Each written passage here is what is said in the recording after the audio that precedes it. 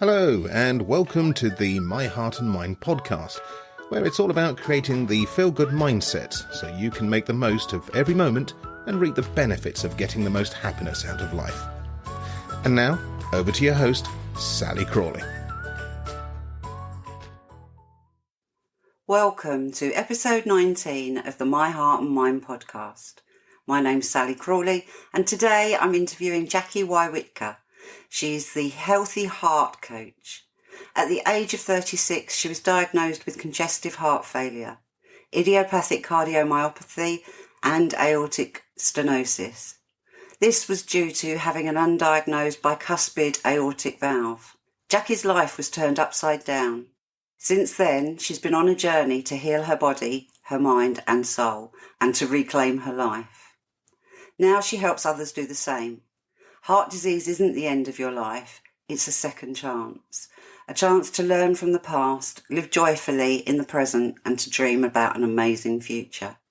In this episode, Jakki introduces her 5 pillars of healing the heart. The first is nutrition, the second is exercise, the third is yoga, the fourth is life coaching, and the fifth is root cause. Stay tuned to find out more. But before I start with the interview, just a quick disclaimer. In brief, neither Jakki or I are medical practitioners. Our work is not intended to replace conventional medicine. It's complementary. If you have any concerns about your health, your heart, or want to make any lifestyle changes, please get expert medical advice first. With no further ado, over to Jakki. So welcome everybody. I'd like to introduce you to Jakki Woywitka, who is here from Vancouver in Canada. Is that right? Almost Vancouver Island. Vancouver Island. See, I'm never too sure. I never get everything right. So Jakki, it's so good to have you on the show today. And I'd like it if you could just introduce yourself to our listeners, tell them a little bit about your life, and importantly, about your diagnosis with heart failure when you were 36, I think. That's correct. So my name is Jakki Woywitka, and I live on Vancouver Island in beautiful British Columbia, Canada. And I am an outdoor adventurist and enthusiast. I love any kind of water sport and hiking. I'm a yoga teacher, trauma yoga teacher, sports coach, so many things. And I'm also an integrative heart health coach. Now, this all started because just a little over 2 years ago, at the age of 36, I was diagnosed with a bicuspid aortic valve, idiopathic cardiomyopathy, and congestive heart failure with an EF of 15% or a 15% functioning heart. Mm-hmm. That's very low. It is, yes. Yeah. So how did that affect you in your life? What treatments did you have to go through, and what was the outcomes that were recommended or suggested, more to the point? So I was put on the kind of standard heart failure cocktail of carvedilol, so a beta blocker, ramipril, an ACE inhibitor, spironolactone, and furosemide. I actually turned out to be allergic to all of them and to all pharmaceuticals because I had absolutely horrific reactions to them. So that was what I was told. And I was basically told if I didn't do exactly what I was told to do, I was going to die a horrible death. Gotcha. And my life was over. And, you know, I might as well plan my funeral right now. That's hard to take as a 36-year-old.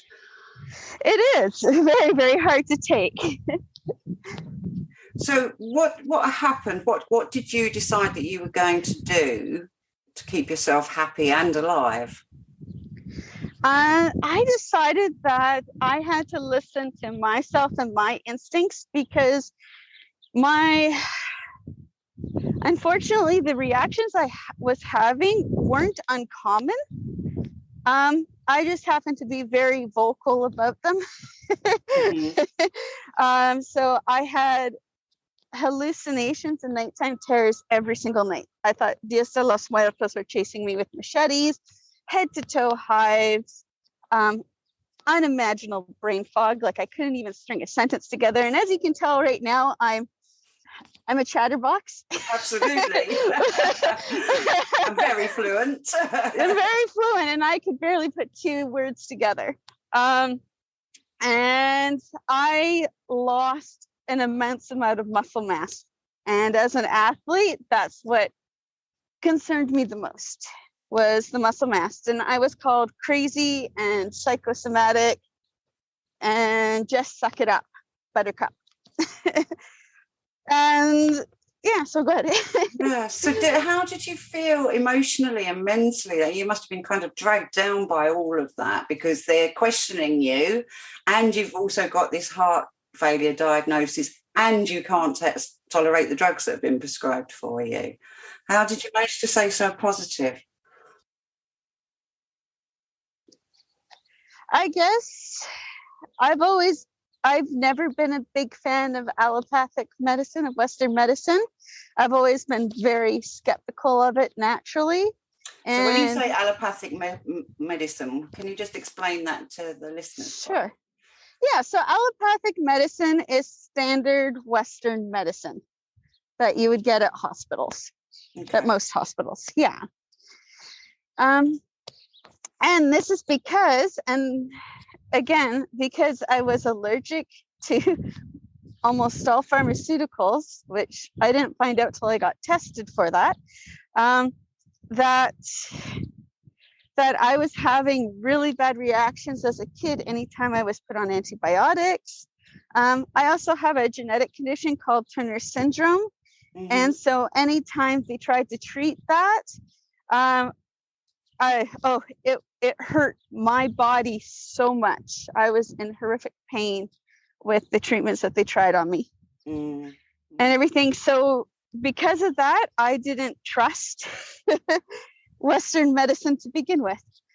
So it was very easy for me to make the leap from that into, okay, so now I have to do research. I have to talk to people. I have to figure out what to do next.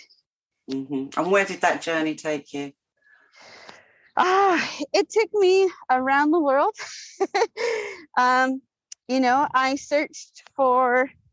I found people who have had heart failure for 60 years and medicine-free, device-free, surgery-free.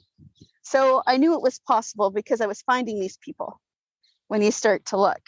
I started talking to Chinese medicine doctors. I was talking to Ayurvedic practitioners. I was on all the support groups, listening and watching. And then I was working, and then I started to work with, and I think the real turnaround for me and kind of the research and figuring out what to do was there was a lady in Australia who is a heart-centered coach, and she believes in the body-mind connection of the heart. Mm-hmm. 100%. So, yeah, absolutely. And so she had just finished her counseling degree and was doing free sessions and put it on social media. And I just happened to come across her post for a free session. And it was like, please talk to me. I need you. Sometimes you're in the right place at the right time and the universe will deliver. Absolutely. So I started working with her, and just through chatting things through my whole life. Like we started when I was like a newborn. Okay, what do you know about what was happening when you were a newborn? What did your parents tell you about your life as a newborn? And just talking through everything and talking through all those things, we were able to pinpoint pivotal events that had happened in my life that were kind of crucial to my current mental health and well-being. And so then we started exploring those, and I worked on forgiving the people around those events and things like that. And through us talking with this, I started to come up with a list of reasons why my heart failed. Yeah. And I'm currently up to 10 things. Okay. The 10 reasons why. And even though one of them is a genetic reason, the bicuspid aortic valve, the doctors in Canada won't even recognize that having a bicuspid aortic valve, a faulty valve, as a reason for heart failure. Right. Okay. So to stand there and be told that, and you're going, but it's that doesn't make sense to me. This is something that's physically wrong with my heart. How can this have no effect? Yeah. No effect on it. Like, I mean, even if it's not the main reason, like, it's surely got to have an effect on it. Especially considering how athletic and active I am and everything. So I started working with her and putting this list together. And then as the list grew, I started to work on one thing at a time from the list. So for instance, one of the things is that I have a history of anorexia from the time I was 18 months. I stopped eating at 18 months and they never figured out why. And so, and then has an impact on the heart, doesn't it? Quite a strong effect. It has an impact on the whole body because your body needs nutrients. And when it doesn't get those nutrients, it doesn't work effectively. And so, putting that together, going like, oh, well, maybe I should get my nutrients checked. So then getting my nutrients checked to see where they're at and going, oh, well, my iron and B12 and a few other things are 0. Absolutely 0. Okay, so let's fix that. So it's just a very logical process I went through of these are the things that could have impacted it. Let's start with one. Let's analyze it, let's collect data, and let's deal with it. Okay, that sounds really logical, and it makes sense what you're saying there, and it's obviously made a difference for you. Mm-hmm. And I know both of us actually share this belief that having a heart health issue is not the end of the world. In fact, sometimes it can actually catapult you into new things and a different purpose and direction, etc. And I know that this is something that's happened to you. Do you want to share with me and tell me what happened and what you've started to do? Because you work with people, don't you, with heart disease? I absolutely do. So from all of my knowledge that I gained from the literally thousands of hours of research and cold calling cardiologists around the world and hundreds of hours of messaging people and everything, I feel that the information I have needs to be shared, because looking on the at the support groups of I see so many people going through heart disease who are in bad shape. And one of the statistics that people may or may not know is that 1/3 of people with heart disease get better, 1/3 of people stay the same, and 1/3 of people degenerate. And so it was heartbreaking for me to watch people, knowing that there's those 3 very clear third groups, and they're not getting better. They're feeling worse. They're absolutely miserable. They're not able to live their lives. But I started to question, like, what is the difference between these 3 groups? Like, what is it that we're missing? And from my own experience dealing with our medical system here, I found that my treatment, because this is just for me, was one-sided. Nobody talked to me about nutrition. Nobody talked to me about exercise, and I was in fact denied cardiac rehab because I was too young and too athletic. Oh, I didn't think age came into it. Yeah, no, well, it does in universal healthcare, because we have very few resources. And so you're basically put on a list, and depending how you're faring is how you are on the list.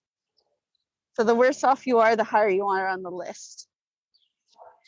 And then, and nobody talked to me about the mental impact. There was no counseling offered, no psychologist offered, nothing. I was kicked out of the hospital and wasn't even told what medicines to take.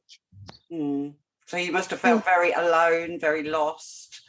Very scared, absolutely. Yeah. And unempowered. Unempowered, and I felt like I'd been kicked to the curb and I was a piece of dirt. Nobody cared.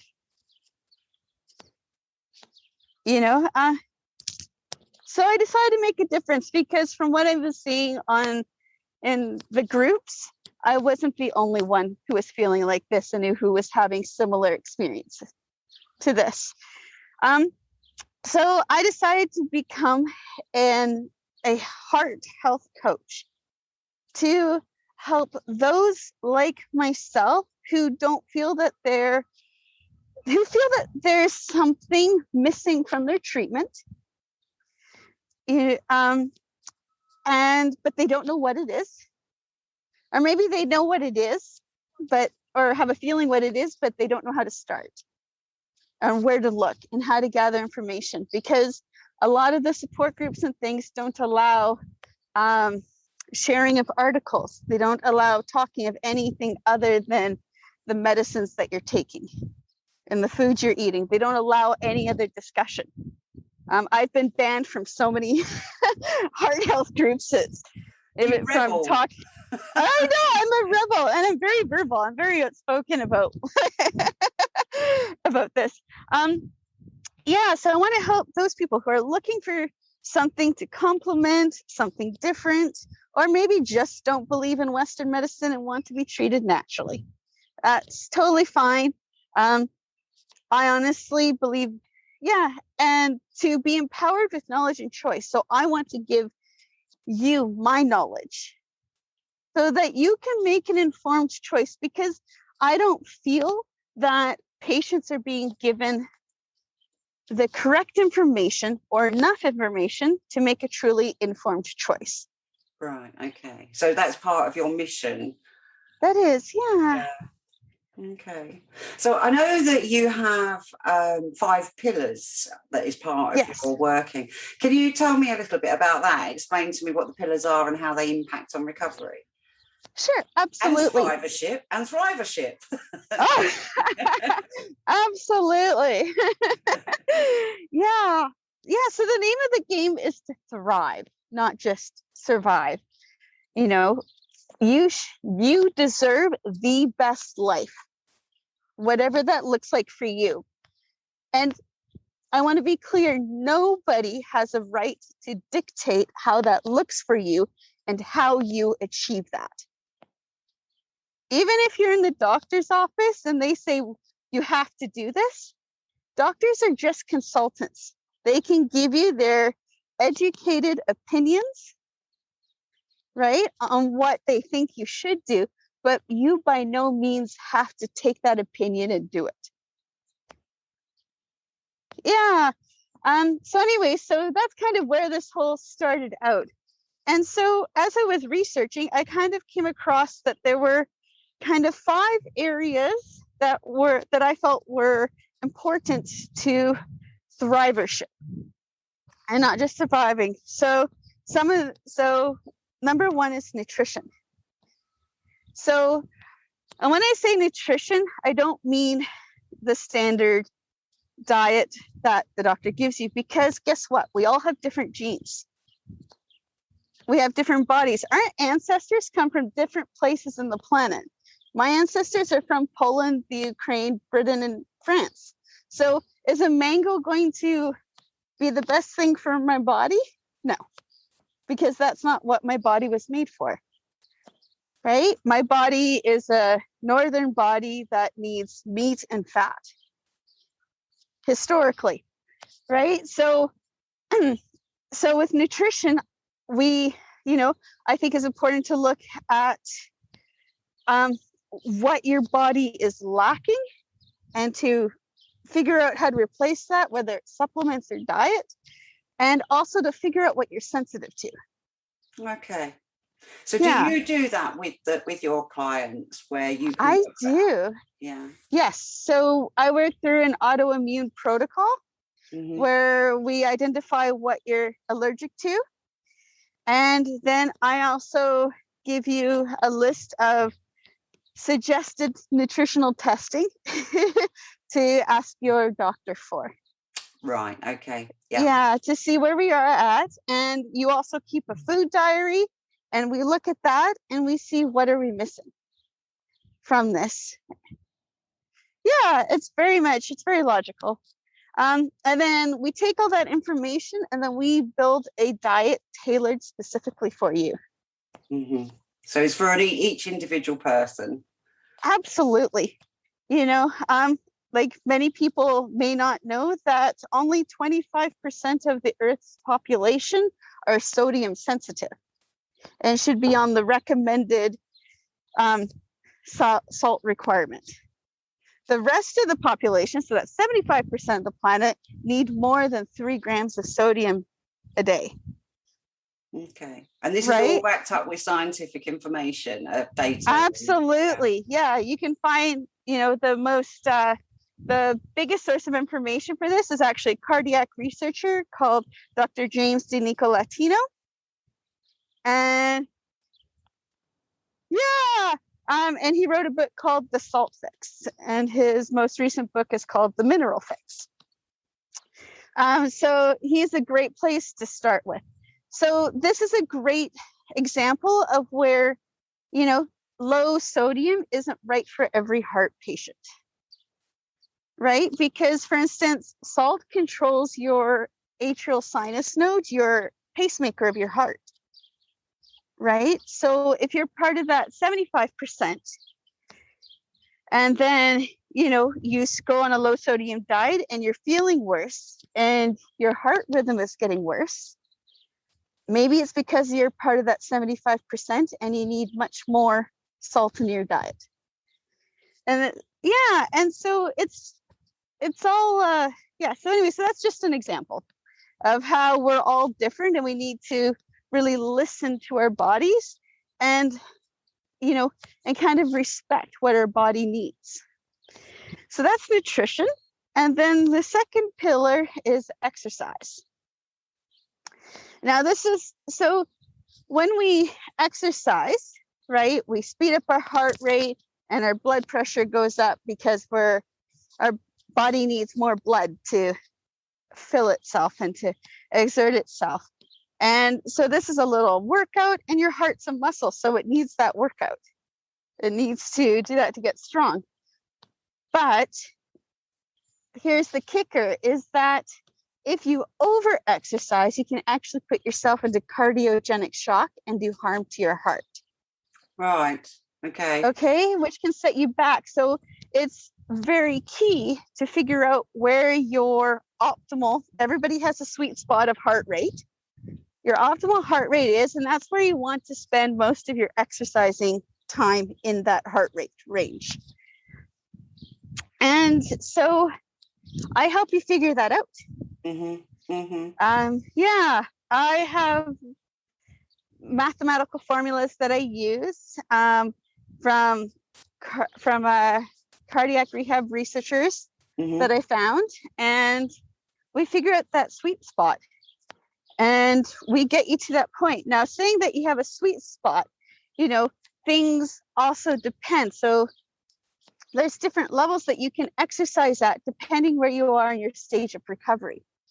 For example, if you've just had surgery, or you've been through a huge emotional trauma in your life, or you've started a new medication, because the whole point of heart medicines is to slow down the body systems, right?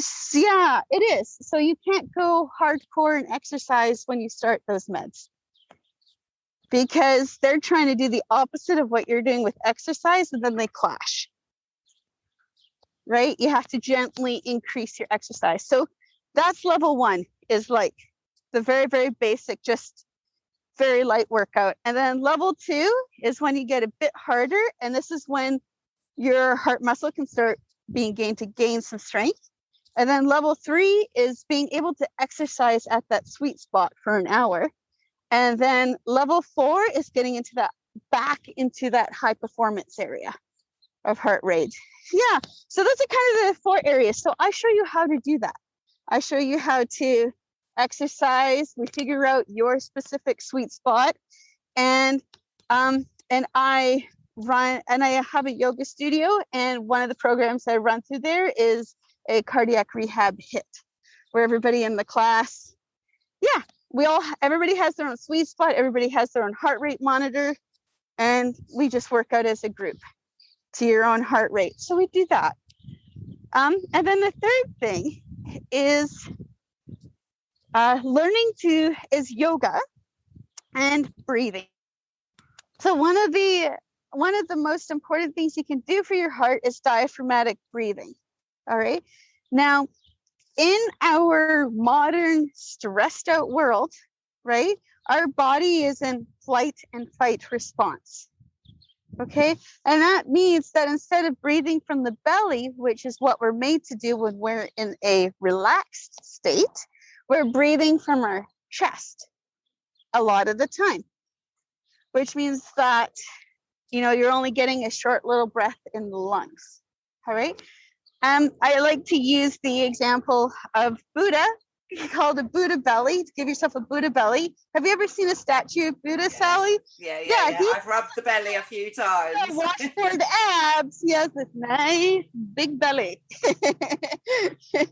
And that's because he's relaxed. Now, the thing is that when you breathe from the belly and you use the diaphragm, which is the muscle that helps control breathing, you actually give your heart a massage every time you breathe from the belly. Mm-hmm. Okay, who here likes a massage? Yay. Yeah. Hands up. Yeah. So imagine if you could give your heart a massage like 99% of the time. If you could breathe diaphragmatically, wouldn't it be in such a relaxed and happy spot?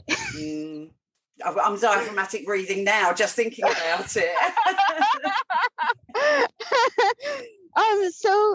So that's a big part, is retraining you how to breathe so that we can switch off your flight and fight response. Flight and fight was so useful as cave people. Tiger, bear, run! Ah! Right? We don't have a lot of bears. Not now. No. We get cougars and bears here, but that's another story. But now things, like having lights on when you're sleeping, right? A street light coming through your window.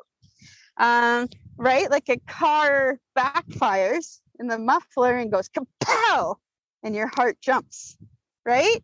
You're looking at your Visa bill going, holy, how the hell am I going to pay this at the end of the month, and stresses you out, and your flight and fight kicks in. So in our modern day, we're so exposed to flight and fight, and to turn it on. And this creates inflammation in the body, which can cause chronic illnesses of all sorts of variety. So learning to diaphragmatically breathe, learning to visualize positive thoughts and give those positive thoughts. Because there was a study at, I think it was Harvard, a couple years ago, and it showed that if you volunteered over 200 hours a year, you can reduce your blood pressure by 40%. It's really, really interesting. So, just breathing into the belly, and then sending yourself some love, and then sending your love out to others in your life, or just the planet, because the planet's hurting right now. So, just giving some love and receiving some love is important, can help turn off that flight and fight and reduce inflammation in the body. And then the other thing in that category is yoga, because I think it's really important, because number one, we need to keep our muscles strong, and the yoga poses help that. But also, it's all fine and dandy to be meditating or sitting in a chair doing diaphragmatic breathing. But what about when you're up and walking? It's What hard to about if remember you're to do cleaning it. the house? Yeah, exactly. It's really hard to do. And so part of yoga is training you to do the diaphragmatic breathing while you're in different positions in the body. And so getting uncomfortable with that, being comfortable with that. So that's the third pillar. And then the fourth pillar is life coaching. Because you know what? Being diagnosed with any chronic illness, including heart disease, is a huge game changer in your mind. Maybe you were the super dad who did everything and he had a heart attack and now you have to take it easy and he can't be super dad anymore, right? That's a huge blow to the mind and mentality, right? I know one thing that I've heard many people and myself have been afraid of is, how do I let my boss know that happens without getting fired? What are my rights? What are the labor laws for that? Do I have a right? How do I tell my family about it? How do I tell my friends about it? All that sort of thing. So I think, life coaching is a big thing. I think a big part of this process is you've been given this huge diagnosis. Now, how do you continue to lead an amazing life and not feel that your life is over, and not feeling like you can talk to anybody about it? Because I think you don't need to, it's not important to let it consume you. Having heart disease shouldn't be the main thought in your head every single day. It shouldn't define you, should it? It shouldn't. No, but you should be able to say to people, oh yeah, I've got heart failure. Yeah, it was a big deal, but you know what? I overcame it and it was awesome. See, look at this. I'm going to go water ski. And I'm going to kick your butt at it too. You should be able to say that. You shouldn't feel like you have to hide it, because it is now a part of you.